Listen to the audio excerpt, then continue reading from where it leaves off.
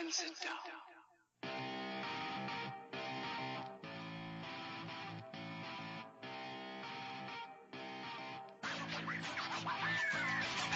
You're listening to the Cheaters Never Pin podcast, a proud part of the Section 328 family. Follow us on Twitter at CheatersInVRPin. Now, live from ringside, it's Mr. Workrate and JC. Well, hello again, everybody, and welcome back to another episode of the Cheaters Never Pin podcast, where we talk about wrestling and other sordid things. I'm JC. Next to me here at the commentary booth is my buddy, Mr. Workrate Tom. Hi, Tom. I was unprepared for sordid things. Ooh, well, you should get prepared. Well, I guess part of the charm of this podcast is the things that we're not prepared for. Well, yeah. Ever since we've started the new, let's just have a loose framework and go with it, we get into some weird space. I like it. Yeah, I seem to do better when I totally unprepare for anything. That's true. Me too. But thank you for listening once again, whether that's on iTunes, Google Play, Stitcher, Spreaker, iHeartRadio, SoundCloud. I don't know if I said YouTube, but I'm going to say YouTube again. Hi, welcome. Thanks for joining us. You're beautiful. Yep. Yeah, I don't know if they're beautiful or not. I mean, I could just go along with it. Tom, all the bitches are beautiful. Yes. The beautiful bitches, as it will. Since no one ever came back and told us what they should be named, I guess we're settling on bitches, right? Works for me. Yeah, it's easier. I use that word a lot anyway, so. Which can be a completely misconstrued statement when I make that out loud, and it's recorded for public consumption. Now, do we have to change the spelling of it so that we can copyright this? It ends with a Z. Okay. Is there a Y in there instead of an I, or? Yeah, let's go with a Y. Okay. Y and Z.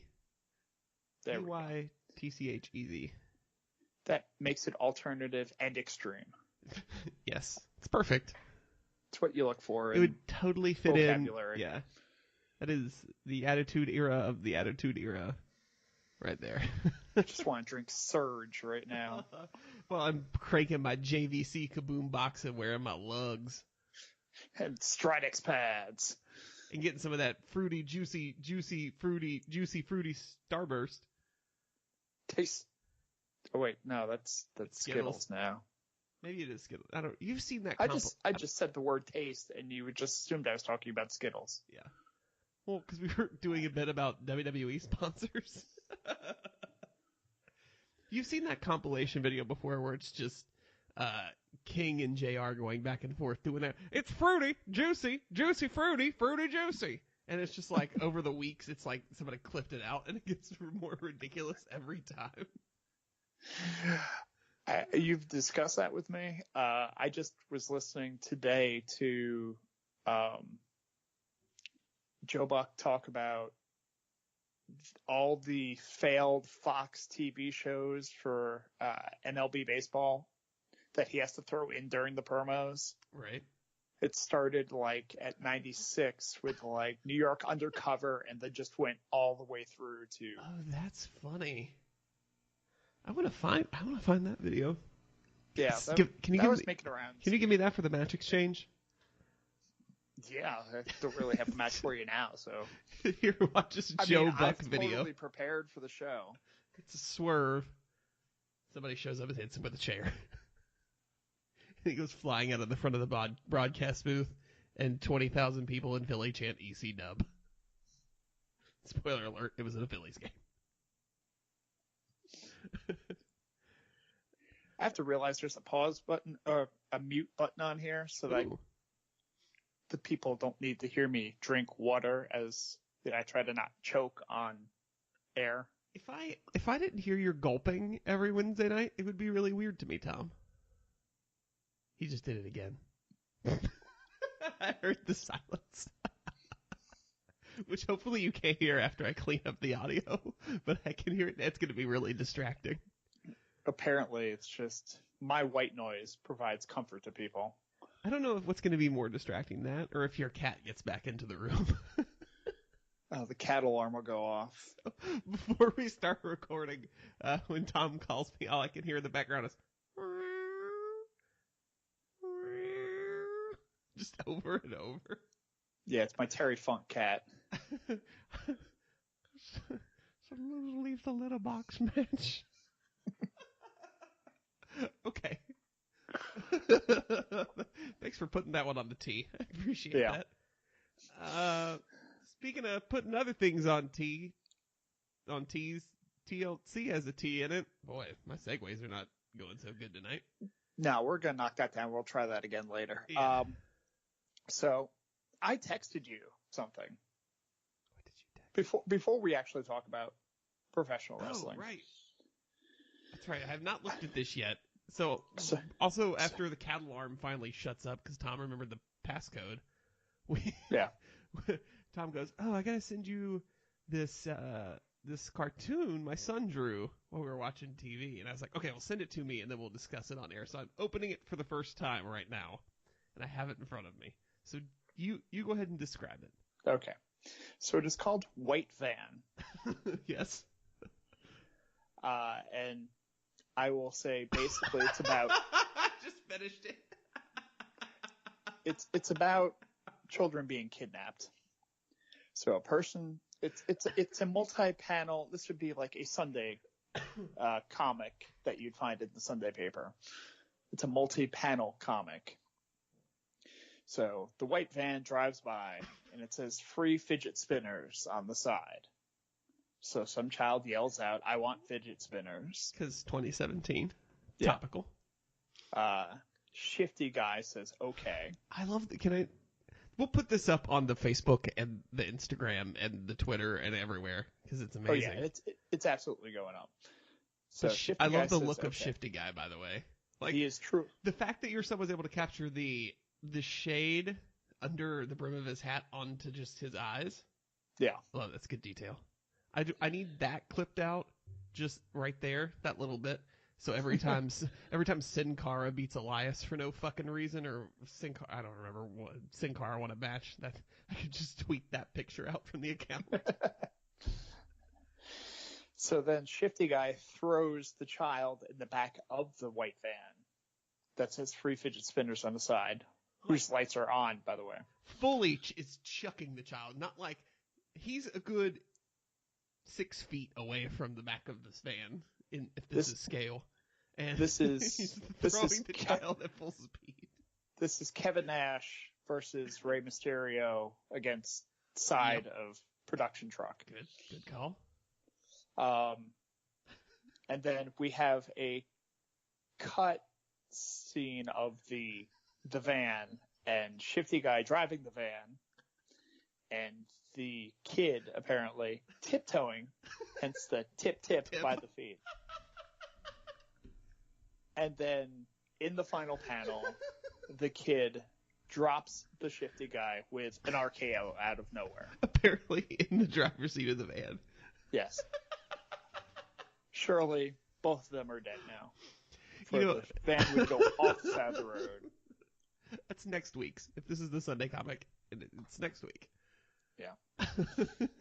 So that'll be going up on the webpage. I love the kid's like real sneaky expression, like got him.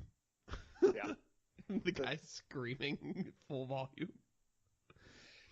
I think that'd make the RKO more interesting if somebody if Randy Orton went up and started to drop somebody in mid RKO, whoever's getting hit with the RKO just screams in terror because he knows it's coming.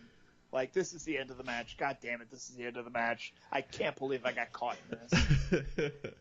No. This is amazing on so many levels.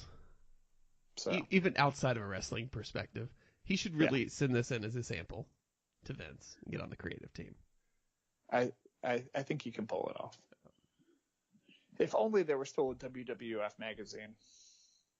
They publish it like 4 times a year now. Oh God, that was a horrible spot. What? I watch wrestling as I do this show. Oh, okay. What spot was it, Tom? It is a Larry Zbyszko, Barry Windham match, I believe, for the Western States Heritage title. Ooh, okay. And Barry Windham throws Larry Zbyszko against the ropes, and then Larry, I guess I picked this up in progress. Barry throws Zbyszko into the ropes. Zbyszko bounces off the ropes and pretty much collapses. As he collapses, I guess because of crappy camera work, Barry Windham was going for a flying body press, but since Larry Zbyszko has collapsed, Barry just goes in between the second and third rope and just goes flying out into the outside, landing onto the cement. Jesus. Like, it looks like a blown spot, but I think that's what they were really Going just for. trying to get at. Like, that they're so exhausted at this point that Zbyszko can't even use the natural momentum from an Irish whip and the elasticity of rig ropes. Yeah. Both are things that don't exist. Yeah. And other things that shouldn't exist. The pre-show match, Alicia Fox versus Sasha Banks for this Sunday at TLC. There's the transition. I got it. Okay. Now we're back on track. Now we're back somewhat on track. Yes. Yeah. Alicia Fox, Sasha Banks. Sasha's crazy and she got fined for shoving a ref. Cool. So the belief here, I don't know if you heard about this because we were kind of talking about this off air a little bit. Alicia's in the spot pretty much because it's believed that it was supposed to be Nia Jax versus Sasha Banks in this match, but Nia Jax is nowhere to be found right now. And the question is whether she's supposedly either gotten a leave of absence or she's just completely upset with her work environment. We've heard a lot of different things. Nothing's been officially announced, I don't think, by WWE. But I think actually they may have said that she's got, I don't know. Maybe I should have done a little bit more research, but I believe they're saying now that it's a leave of absence for Nia. But if you were wondering why the hell Alicia Fox is actually on a pay-per-view in the year 2017, the year of our Lord, that's why.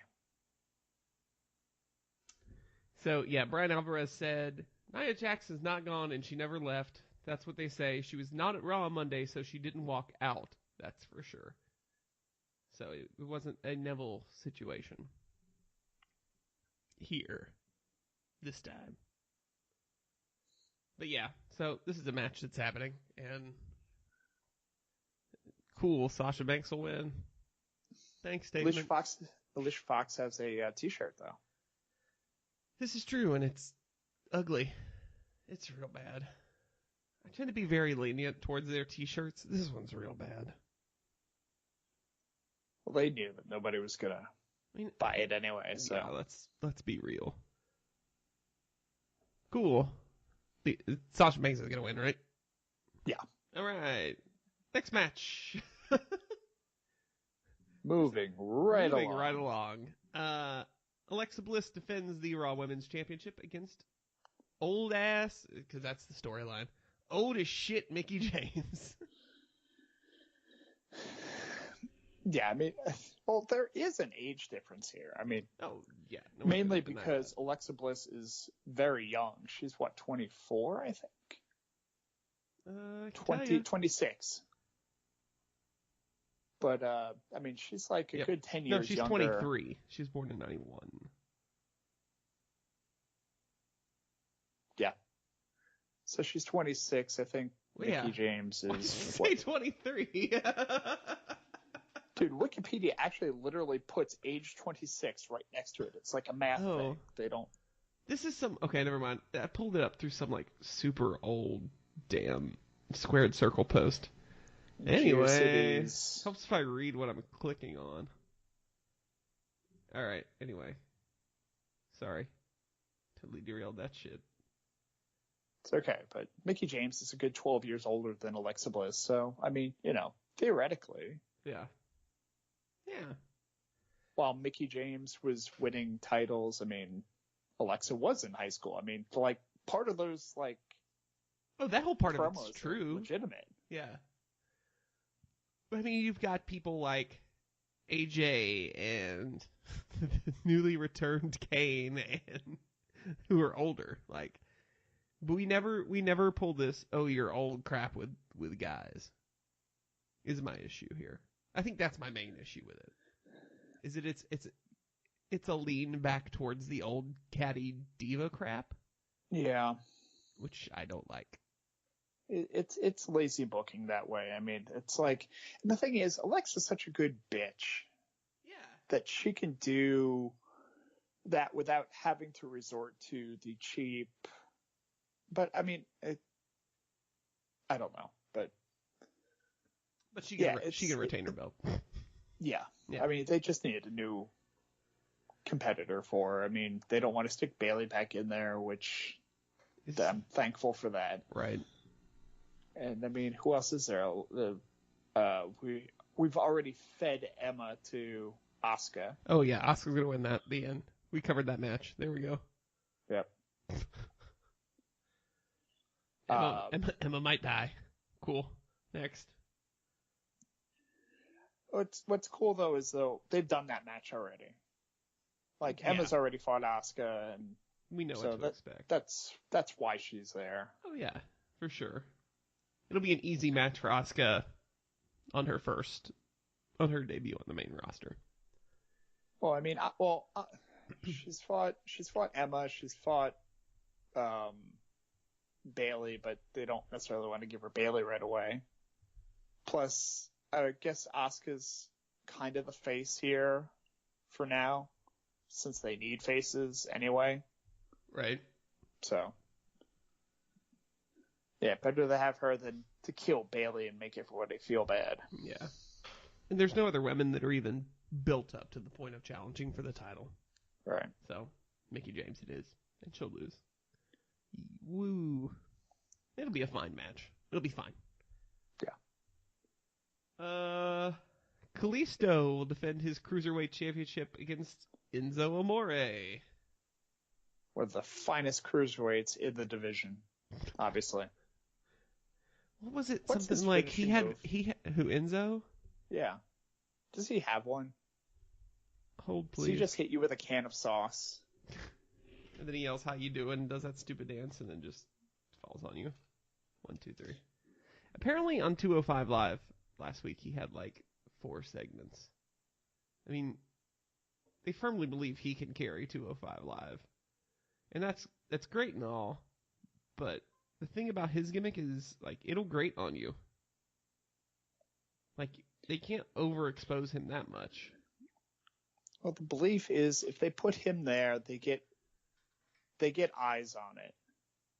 And it is what's happening. I mean, from numbers, supposedly the actual views of 205 Live have gone up since Enzo's arrived. But right.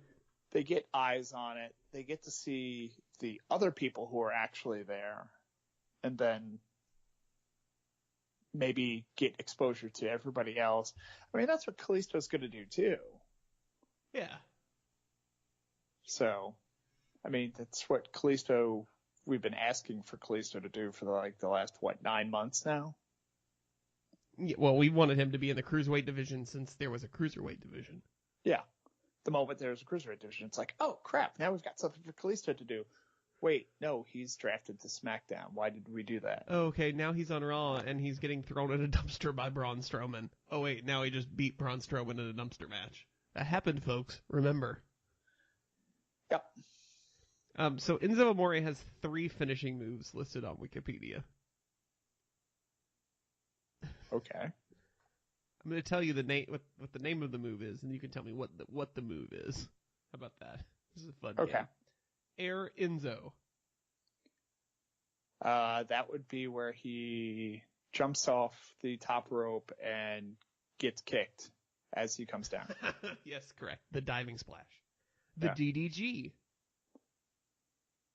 I would assume that is some sort of DDT-like maneuver, but with a little dance beforehand. It's a diving DDT, so the dance would be tough being on the top rope. Half credit. How dare you underestimate the power of Enzo? True. I don't even know when this was a thing, but we're going to go with it. Jadunzo. I don't even know where to go with that. It's an inverted stomp face breaker?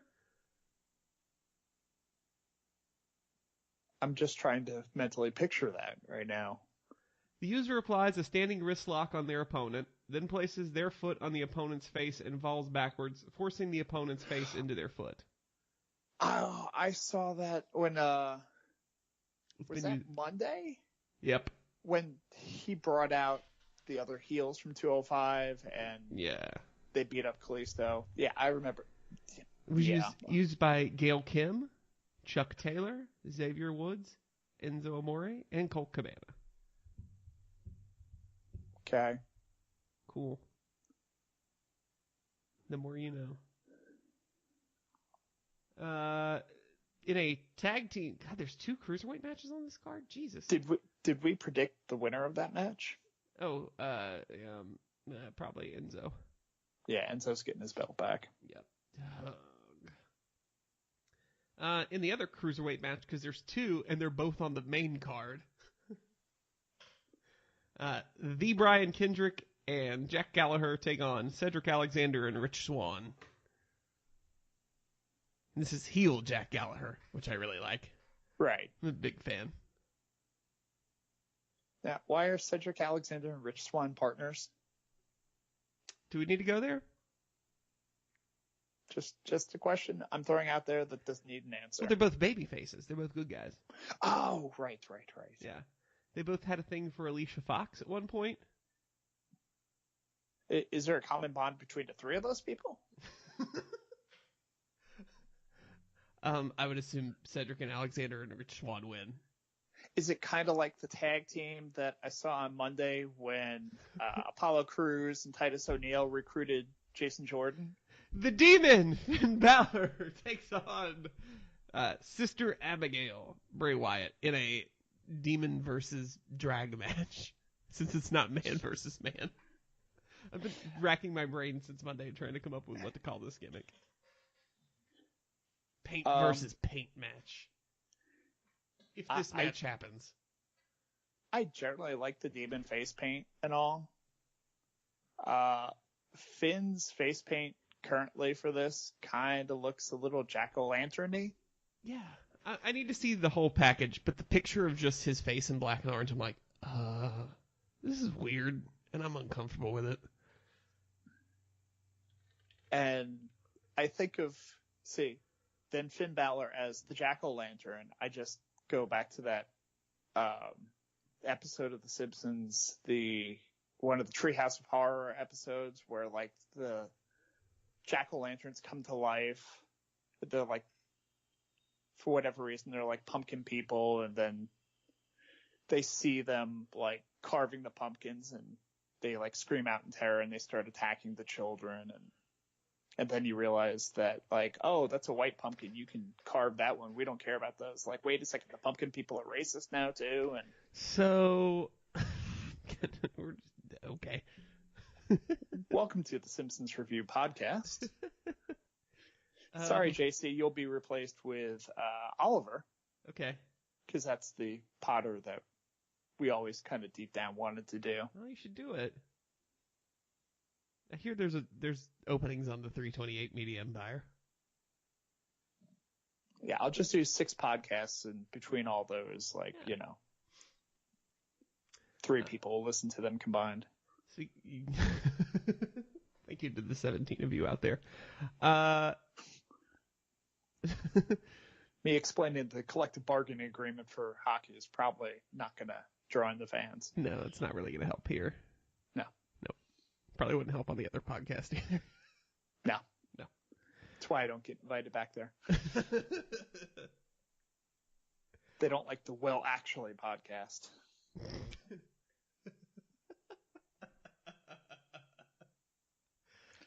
as I listen along and just go, no, technically, Mike, they actually, the way that when you call somebody up and Anyway. I'm like, yep, I'm never going to get back on there. But anyway. It's all right. You should just call Derek. in. You should just call in one day. Derek's listening right now. Hi, Yeah, Derek. he is. It's nice of him. He's a good guy. Not literally right now. I mean, literally right now. When he listens to it right now. Well, time is relative. We're at now. Well, he's in now. So even though we're in now at separate times, we're both in the moment, right? Because then what was now is now then. But it's going to be now in the now then. But when will then be now?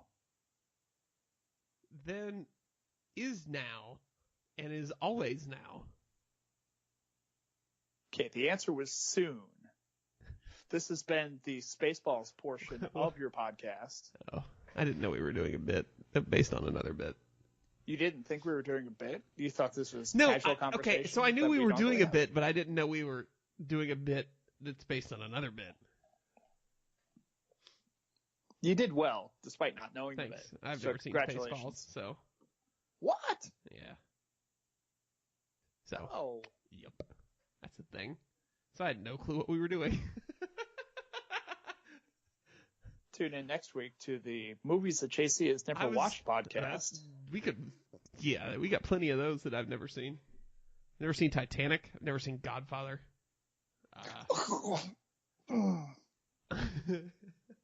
Sorry, I just had a stroke. I'm not a huge movie guy, so.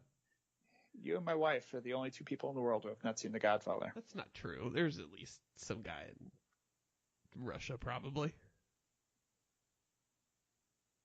Maybe. Probably. See, my comeback from that was going to be, and this has been Pot Talk with Tom and JC. Because I feel like I've had that conversation before in my life. Don't do drugs, kids. Yeah, they're bad, except when they're great. So Bray Wyatt and Drag, who may or may not be there, because Justin LaBar reported today that this is hilarious. Bray Wyatt, Bo Dallas, and JoJo all apparently have viral meningitis. And that's why they haven't been on TV. So we're not gonna draw any conclusions for you here. Because some of them really, because I can get a whiteboard. Ooh, some of them are weird. We're gonna go to some weird places with that. But Bray, Bo, and JoJo all have viral meningitis. So do with that info what you will, internet. So I mean, if he's pretty sick, this match may not actually happen. That's an episode of WWE Ride Along I'm not sure if I want to watch. Especially knowing this. Yeah. Yeah. Yep. Let's see. Tom Phillips does not have it. He was on his honeymoon. I was thinking who else was out. Who else is... Nia Jax does not have it. No. Something face fucking. Okay, anyway. Back to this match. I just wanted to mention Tom Phillips to see if I could make a joke there, and it didn't happen. No. I would assume Finn Balor gets the win again. Because he's the demon. But so it's a singles match with no stip. So there's going to be some fuck finish here. And that's probably for the best, right?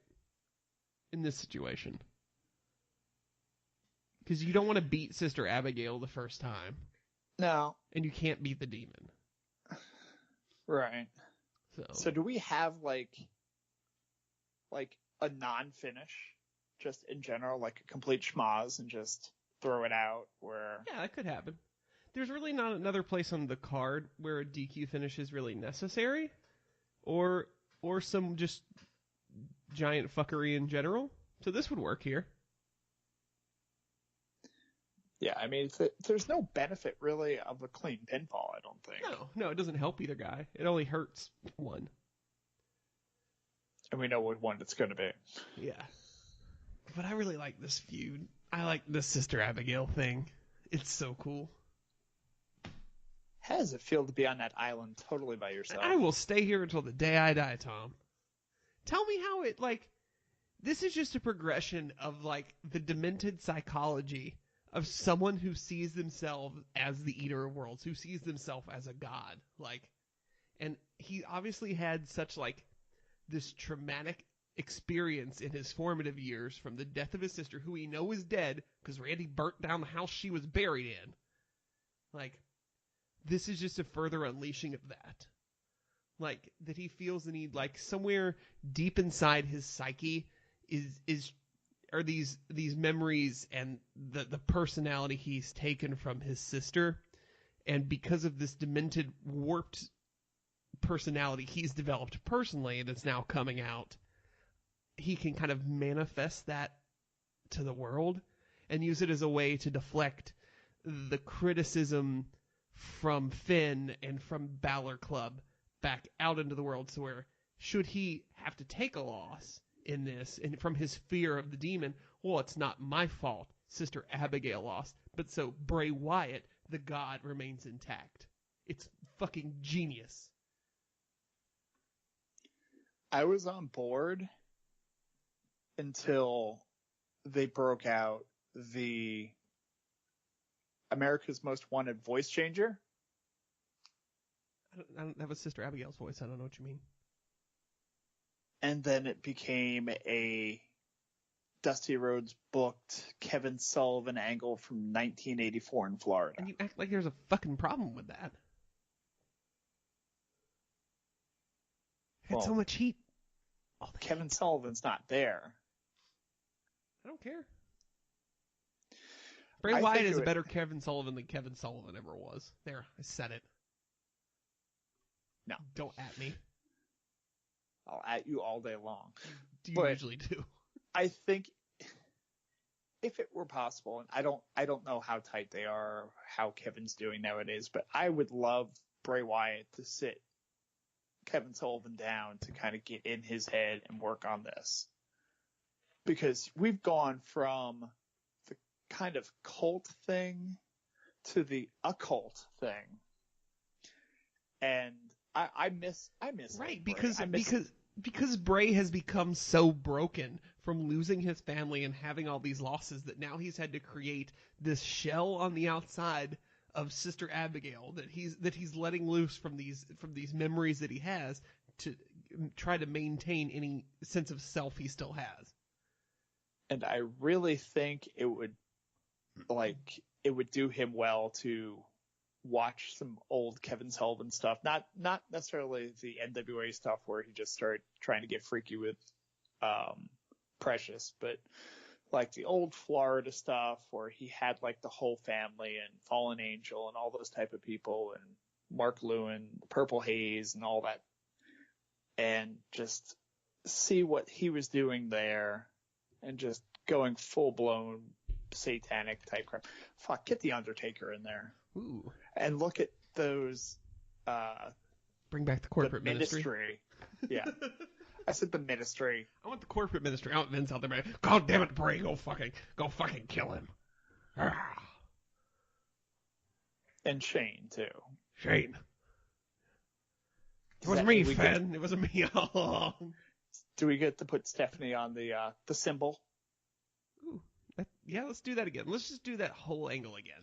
I'm fine with this. But yeah, people don't like this angle because it's not just, oh, look, it's a good guy and a bad guy. Oh, that's so sweet. No, that would be passé. No, people don't like this angle because they're going, what the fuck are they doing? Because people don't want to think. Because people see them too much of Bray Wyatt in themselves and that needing to put up a wall to deflect from their own demons in Finn Balor. Mic drop. Thank you. And now everyone loves this entire feud. I've single-handedly saved the WWE. They can hire me any day. Okay. Just they should give me a 30-minute podcast a week to explain the storylines from a psychological point of view in which I have no training.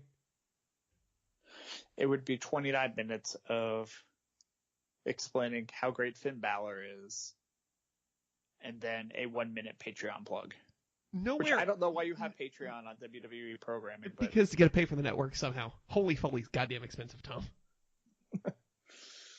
How do you think you buy fucking Frank the Clown all that makeup for his stupid face? There's so many Christmas trees to buy. CheatersNeverPin.com. Click the Patreon button. There's our plug. There we go. Just slipped it in there. Yeah, you did.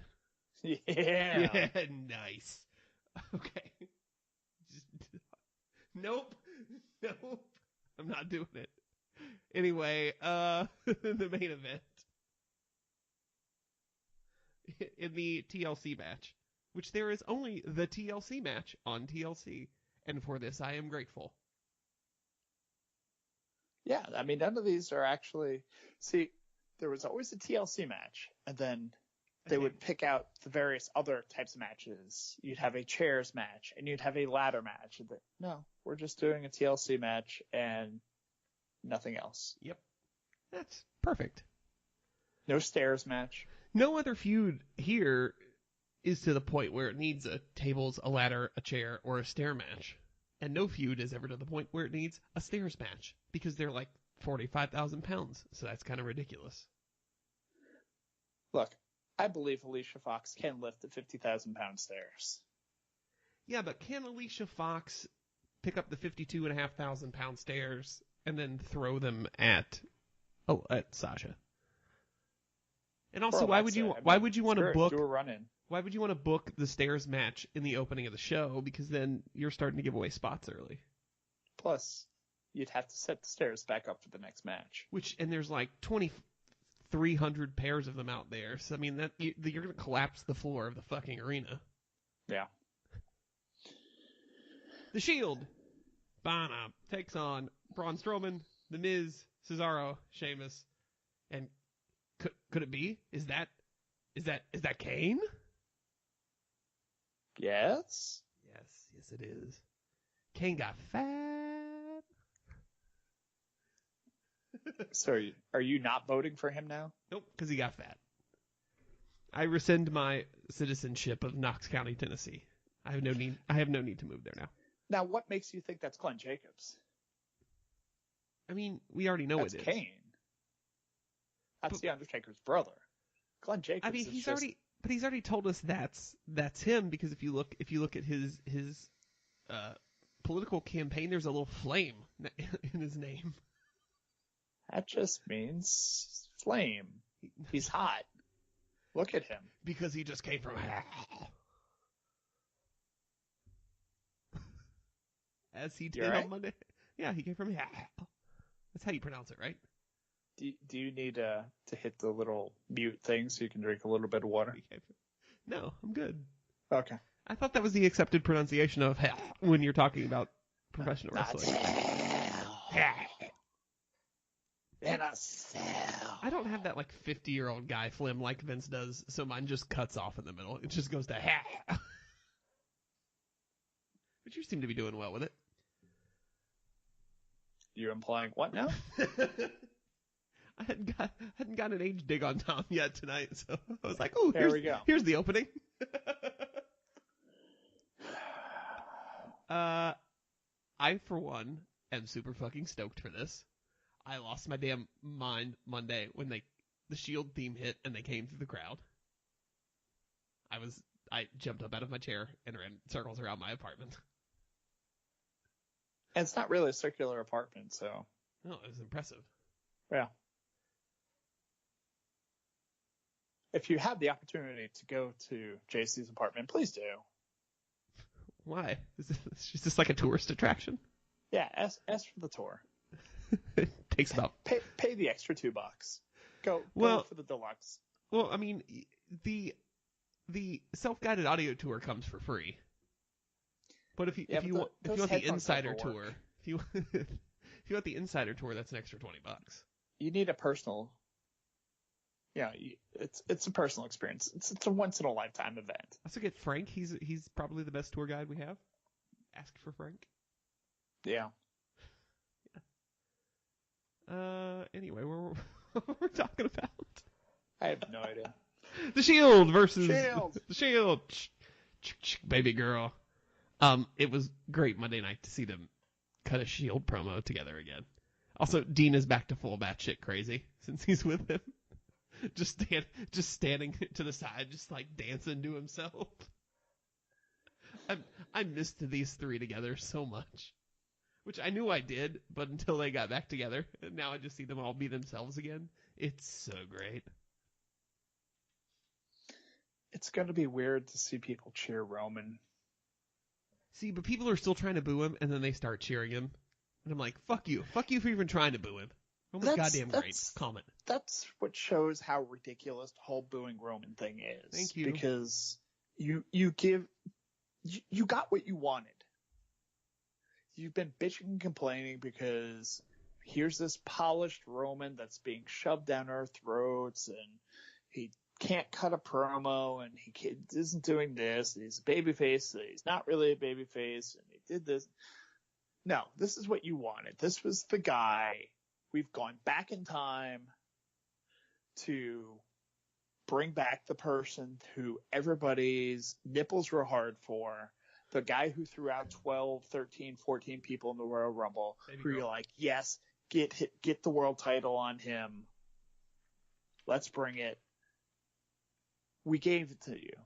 And you're booing because why now? Because you've trained yourself that you're supposed to boo. You boo him because he's not Daniel Bryan. I hate using the term mark. That's a mark move. No, that's not even a mark move. That's a smart move. Yeah. Like, being a mark in a professional wrestling setting is perfectly goddamn fine. That's the point. Like, if you enjoy it, if you're listening to this podcast, you're a fucking mark whether you like it or not. The two of us are marks doing the podcast. Yeah, like, I have no issues. I will stand up and Spartacus my way into saying I'm a mark. Here's the concept of the term. It has, as it's always been explained to me, if you spend money, any amount of your money on wrestling in some way, if you buy a t-shirt, you buy a ticket to an event, you pay $9.95 a month for the network, whatever, you're a mark. Yeah. Because that's what a mark is. A mark is a paying customer. If you watch it, guess what? You're a mark. Because you know what? They're making money off your eyeballs on the ads. Yep. And it's fine. Being a mark is perfectly fine. It's perfectly acceptable to sit back and lose yourself in it. That's the entire point. Is it 3 hours on Monday, 2 hours on Tuesday, and every other week, 4 hours on Sunday? You can sit down and go, right. I'm going to forget about all this bullshit happening in the world, and I'm going to pretend this is goddamn real, and it's going to be awesome. And it generally is. The issue is when you become a smark and act like you fucking know what's best when you don't. And we sit here and we critique things and we give our opinions, but you know what? I'm not running the WWE. They obviously know what they're doing because they're $1 billion goddamn company. Yeah, I'm giving an opinion here. It's my perspective. You talk about your perspective. We're not telling you that you're wrong for liking or disliking something. We're just kind of giving you our perspective right now. Yeah, unless you like Jinder Mahal, then you're a goddamn idiot, Mark. Smarks will turn around and tell you what to like, what not to like. No, this is wrong. No, you're wrong. Smarks are the people that endlessly argue with Dave Meltzer on Twitter about star ratings. Yeah. If you've ever once been like, I don't think that was a 4.5 star match, that was fucking bullshit, then shut the fuck up. Like, Dave Meltzer, and for all the shit I give him, because, yes, I think as a reporter, he's a goddamn hack. But his star ratings are him. He's watched more wrestling than I will ever watch in my lifetime. So when he is giving an opinion to go, I think this was this star rating. That's his, and he says this. He said this on Twitter before. This is my opinion. You can make your own star rating, but using his star ratings as a judge to be like, oh, okay, I should probably check this match out. It was probably pretty good. Or, boy, I should stay away from that. That's probably pretty bad. Like, that's what he means it to be used for. It's not the be-all, end-all. When he gives Kenny Omega and Okada, 5, 6, 5.25 stars over and over, yeah, they're really good, and he does that. But then you have to be like, well, they're the best wrestlers in the world. Maybe they're not the best wrestler in the world to you. Maybe you think Roman Reigns is the best wrestler in the world, and that's fine. But a smart is the one who's going to go, well, but Meltzer says he has shitty matches. So shut the fuck up. Let people enjoy their goddamn wrestling. Like, did people go to, like, Roger Ebert's house and just, like, constantly berate him going, you only gave this particular movie 3 stars, but you gave this particular movie 4 stars. It would have been 2 thumbs up if it was in the Tokyo Dome. Ah. 2 thumbs up in the Tokyo Dome. Holy shit. 2 thumbs up and 1 jaw down from Siskel and Ebert. So, they're dead now. but are both of them dead? They are both dead. Okay. Siskel had cancer. Right, that was my jaw joke. Got that one out of the way. Yep. And then Ebert died. He had a heart attack, didn't he? I think it's coming back to me. He had cancer too. Oh. So, statistically, movies give you cancer. Yeah. Okay. That's true. Wow. That's gotta be true. That's a good scientific study right there. I can't find a compelling reason why that's not true. So when you see the commercial for your 11 o'clock local news broadcast that goes, something you do every day might give you cancer, watch at 11. The answer is movies. Yeah. Yep. Anyway, back to the Shield versus Braun Strowman, The Miz, Kane, Cesaro, and Sheamus. I don't know what else to say about it. I'm just excited for it. It's going to be a great match. Braun Strowman's going to go ham at some point, and it's going to be awesome. Yeah. The Miz is going to just sit on the outside the whole time and do nothing, and it's going to be awesome. I hope Cesaro doesn't get his fake front teeth knocked up into his head. Yeah, it's going to be a good match. This will be the match of the night. So did you hear the reasoning for Cesaro has that shirt now that the with Cyborg shirt? Yeah. Yeah, go ahead. Did you hear that supposedly that was created on the request of Seth Rollins and Dean Ambrose? That's funny. Because I kind of wondered what the reasoning would have been behind it. Like, obviously he's not going to. So there's actually a storyline to that shirt. I didn't wonder. Oh, yeah, they did say that Monday night, didn't they? But see, I also didn't question it because this is also the company that did the T-shirt of the Vince McMahon mugshot and also a T-shirt that just said $9.99. You can still get the Vince shirt too. I don't know if you get the $9.99 one, but I see the Vince shirt. Oh, you can probably get the Vince sale. shirt for $3 when they have those kind of sales. Anyway, it should be a fun show. It should be a good show. Yeah. I mean, you've got cruiserweight action. You've got a couple of women's matches in there. You got 3 women's matches if you count the the pre-show. The pre-show. Women and cruiserweight. Well, the issue is, the reason you've got that much is because all of your stars are in one match, which is a good warm up for Survivor Series. Yeah, I mean, it is. It's kind of weird because you have the Shield, you have all the stars in that one match, which is 8 people in the one match, and then it's cruiserweights and women, and Finn and Wyatt, but right. Well, it's not them; it's the Demon and Sister Abigail, right? Because of walls and deflecting. Anyway, speaking of Survivor Series. Jinder Mahal challenged Brock Lesnar. Which, when I heard this rumor at first, I was like, all right, I got to see it to believe it. That's an interesting rumor. And then when I heard that Tuesday he was going to make his Survivor Series challenge, I was like, oh, God, it's actually going to happen. This is exactly what's happening. Because they heard the rumor got out. They're going to go ahead and do it now. And they did. Oh, I'm boy. on board for this. I'm ready. Can you get me on board for it, please? Well, one, burn it all down. Fuck it. Okay. All right. Now I'm on board. Perfect. Fuck your Second top of two all, belts. I'm tired of Lesnar. I'm just tired of him being here to show up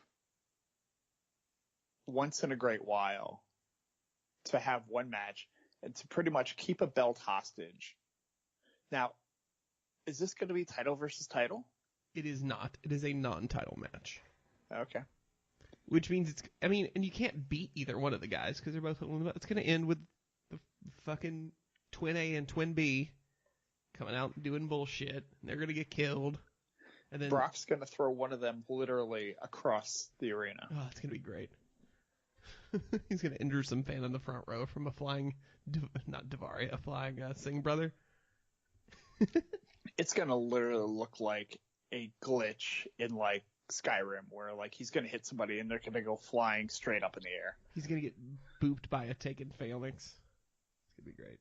Destiny 2 reference. Love it. Yeah, you lost me there. Yeah, booped like a scion in Callus's Shadow Realm. I used a Skyrim reference. That game's like 5 years old. Yeah, I'm using Which is topical right. references. Because, I'm not old. Like you and Mickey James. I got 2 in tonight. That means I don't get one next week, right? Yeah. You're pretty much bought and paid for. Cool. I think. But yeah. It's a thing that's going to happen. And I'm sure we'll talk about it a lot. I just don't see the point in it. I want to see it because there's only one of two possible outcomes. I mean, because they're not going to have a double DQ kind of garbage type of ending. Somebody's Really? going to have to. Why do it? Oh, it's the 2 biggest stars on the brand, Tom. It's not. They're It's not. They're also, they can't beat Jinder when they're heading to India 2 weeks later. Sorry, it's not happening. They can't beat Brock because he's Brock. Like, I don't see another way out of this. That's my issue with the match. Jinder's going to win with that stupid ass Cobra Clutch slam. The Colossus. Yeah, I don't know. It's going to be Suplex City. The match is going to be like 3 minutes. It's going to be Suplex City. Yeah. And then the two of them run in. Brock kills them both. Cobra Clutch suplex. 1, 2, 3. Crowd just looks on in shock. The crowd just turns on and goes, all right, and leaves. Because crowd reaction is what we shoot for now. It's we true. don't bother to watch the match. WWE is about moments. Do the moves in the first. As soon as we do the move, Kevin Dunn's like, help me find some random kid or the Undertaker guy with his mouth wide open. Yep. Pissed off Smark in the crowd. I mean, that's why we dick teased Nakamura for like 3 months. Yeah. So that we could get the awesome crowd reaction shots of every pissed off fan. Well, they Nakamura. need the crowd reaction shots for when they make the Thank You Fans commercial in April. Literally the entire year is just building up to the Thank You Fans commercial at WrestleMania. It's like, this could be you. And you see like, pissed off 20-year-old wearing whatever merch that he has on. No, if it's a 20-year-old, he's totally wearing a fucking Bullet Club t-shirt. That's true. Oh, I wore my Bullet Club t-shirt to WWE so I can stand up against the man. You fucking smark. Enjoy your Hot Topic purchase. Yeah. By the way, went to Hot Topic and I've got a Bullet Club shirt, but. Well, I mean, I have Bullet Club t-shirts, but I'm not ever going to wear them to a WWE event. I'm not doing that. How will people know that you're cool? Because I'm going to go in wearing my goddamn Roman Reigns t-shirt. That's how counterculture I am, Tom. To do the opposite of the opposite. Yep. I'm subversive like that. Double negative is a positive, that type of thing. Baby girl. Got it. CheatersNeverPin.com. Click the Amazon button if you need to buy some shit. Give us your money. Yeah, it works. Yep. I don't feel like we need to explain it in depth every week. We're just knocking out these promos tonight. Every 2 or 3 weeks we can do it for real, but there was your weekly reminder. You know what else it's time for? Tom, you know what else it's time for? I'm hiding, embracing myself. Magic Exchange. I stick my head out of that damn box and you blow the shit up. That blue Tom is dead. Long live Tom. Tom, what did you watch this week? It's funny you blew that up because you blew up the access that I had to the match that I was supposed to watch. See, because JC being a good producer, has subscriptions to all these pay services. So if he wants to watch WWE Network, he's got to log in. If he wants to watch New Japan, he's got New Japan World. He logs into that. He wants to watch Progress. He logs into Progress and watches that. Tom, buddy. What? I canceled my Progress and my New Japan. I canceled. Oh. I don't want to pay for New Japan until January. And and there's too many fucking Progress shows, so I just read the notes. Oh. Well then. Yeah. So anyway, he gave me a Progress match, but it's behind a paywall. Anyway, it was really good. I bet it was. It's Chris Hero, Mark Andrews. So, Tom, if you give me what moves happened in this match, Tom? Well, Mark Andrews did a lot of flippy stuff. Yeah. And Chris Hero tried to knock somebody out. He wore like a basketball outfit. Yeah, he actually wore a Duke one in this match. Yeah. Who won? This is in a tournament, Chris by Hero the way. did. Yep. Okay. Beautiful. Look at that. Good review. Star rating? Oh, 4. It was a strong match. Yeah. Yeah. There you go. I would agree with Everything that I read said it was a great match. So. Yeah. I watched my match. I don't have a lot to say about it. It was the Dream Team versus, and I already forgot the name of the other team. Hold, please. Tom, fill time. I'm eating a donut. Because you're supposed to be talking. I know. I should have had this tab open, but I didn't. Oh my god, why is this Wikipedia entry so strong? So strong. Is an apple cider donut? The Dream Team versus the Enforcers.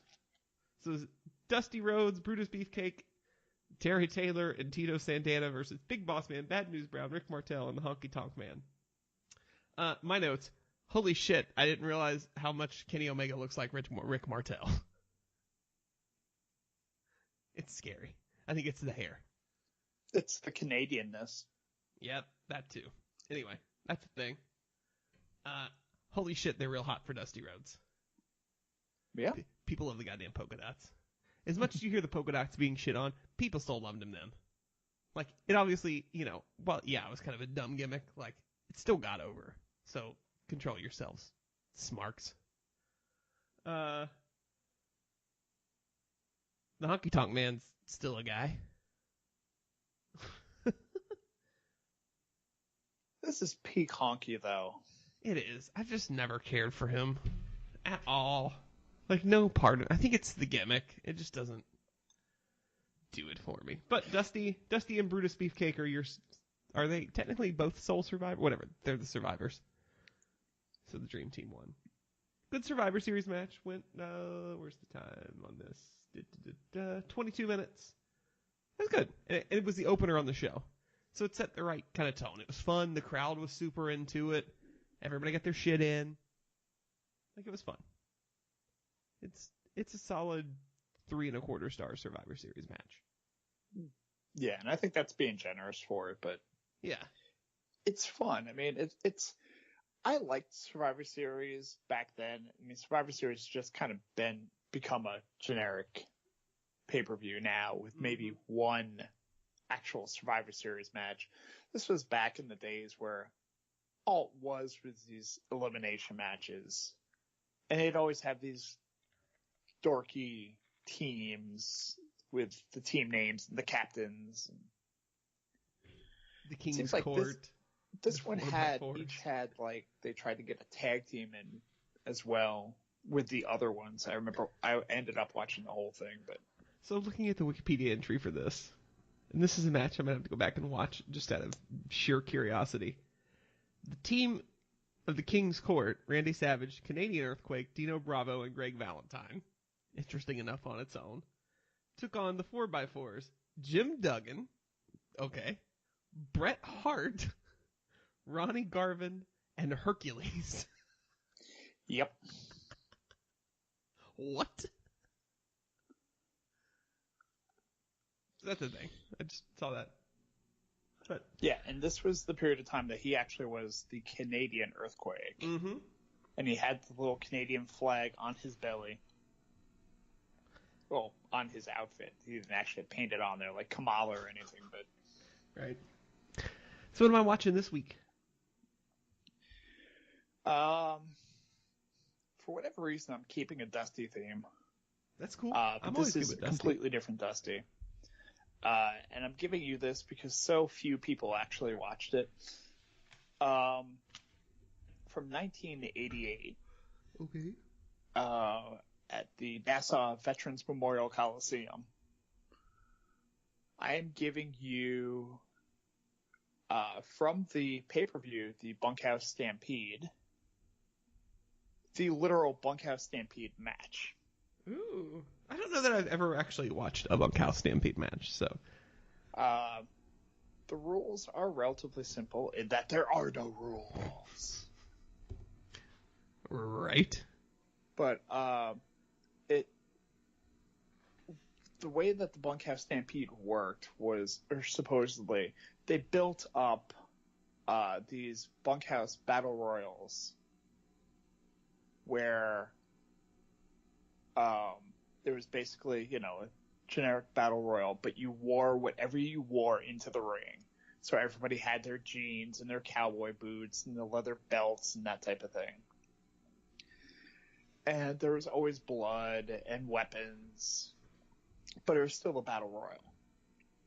And if you won one of these bunkhouse battle royals, you would get entry into the final Bunkhouse Stampede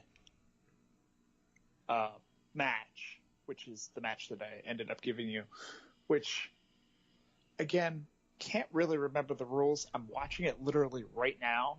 Still not really sure of the rules because it's kind of a battle royal, but it's a steel cage battle royal, so I don't know. Huh? I guess it's the person who leaves first, maybe. I don't know. But, yeah, so you had to win a Bunkhouse Stampede in order to get entry into this. So it's kind of this collection of, 12, 13 guys. I can give you the quick list of the people that are actually in it. Okay. We have, let's see, there it is. The Warlord, the Barbarian, Tully Blanchard, Arn Anderson, Lex Luger, Ivan Koloff, Road Warrior Animal, not Hawk, and Dusty Rhodes. Okay. Hawk actually has a world title match against Ric Flair earlier in the evening. But okay. So it's different and it's kind of, yeah. This was a Dusty creation. No. Yeah. All right, I got a fun one for you. I'm going to take you all the way back to 2010, Tom. The world was a different place. Much different. Yep. And I'm going to take you to CZW. And I'm going to stop before you groan. I've already watched this match. Too late. Nope. There's a little blood, but it's not like gross violence. There aren't light tubes. There aren't any of that shit. So, because I know you don't like that, and I wasn't going to give you that again, at least right now. Okay? Okay. But this is a match between two people that are both in WWE right now. Okay. In very different roles. I think I know who one of them is. Yeah, you have Jon Moxley, our very own Dean Ambrose. That's who I thought one of them would be. Versus referee to the stars, Drake Younger. Okay. Yeah, it's a fun match. I liked it. It's just interesting to kind of go back and watch them wrestle against each other. Yeah. So, it popped up in my recommended, and I was like, ooh, that's cool. And I watched it, and I was like, oh, cool. It's a CZW match where it doesn't look like somebody might die. Awesome. Yeah. Quickly revisiting the Bunkhouse Stampede match, just because I saw one of the eliminations in the match. Okay. Where the first person who was eliminated was literally thrown over the top of the cage. So it is like a battle royal. Wow. Okay. But you have to be thrown out of the cage. That's interesting. All right. Well, excited to... That person got thrown out of the door of the cage. So you don't have to be thrown over the entire top of the cage. However, I feel like you saved that for the final elimination. Obviously. Yeah. Baby. Anyway, that concludes this episode of Cheaters Never Pin. This has been an interesting one, but a good one. I had fun tonight. Did you have fun tonight, Tom? Absolutely. Have fun anytime I can talk to you, JC. Right? Oh, thanks for saying that on the air. I wish you'd tell me that more in person. No. Tell the people where they can find you on the internet, Tom. Go to the Twitter machine at Mr. Workrate, at MR Workrate. Do not go to my Instagram account because I really haven't updated that thing in a long time. But if you want to follow me there, go for it. But I mean, it's just gonna show up on my Twitter feed anyway. That's true. You can find me on all finer social media platforms at JCBobbitt, JCBOBBITT, and all those places. You can find the show on Twitter at CheatersNVRPin and on Facebook. Give us a like at Cheaters Never Pin on the Facebook.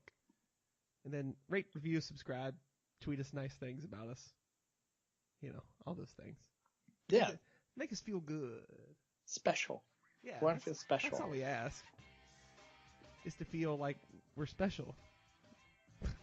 That's all I've ever wanted in life. Help us, we're broken. Yeah. I'm tired of putting up the shield to deflect like Bray Wyatt. That's all. Baby girl. Baby girl. So next week we'll be back to talk about TLC again. Someone reminded us on Twitter today that it is almost the 20th anniversary of the screw job. We'll definitely talk about that. I need to go watch that again. Not like I haven't seen it 300 times in my life. But go back and watch the whole match again, and then we can talk about it. He's gonna spit. Actually, we got time because we got time before Survivor Series. We can devote a whole episode to the screw job. He's gonna spit on me. He's got a loogie. Well, I don't think we can top that. No. Anyway, thank you for joining us this week on another Cheaters Never Pin. I'm JC. I'm Tom. And we'll catch you on the flip side.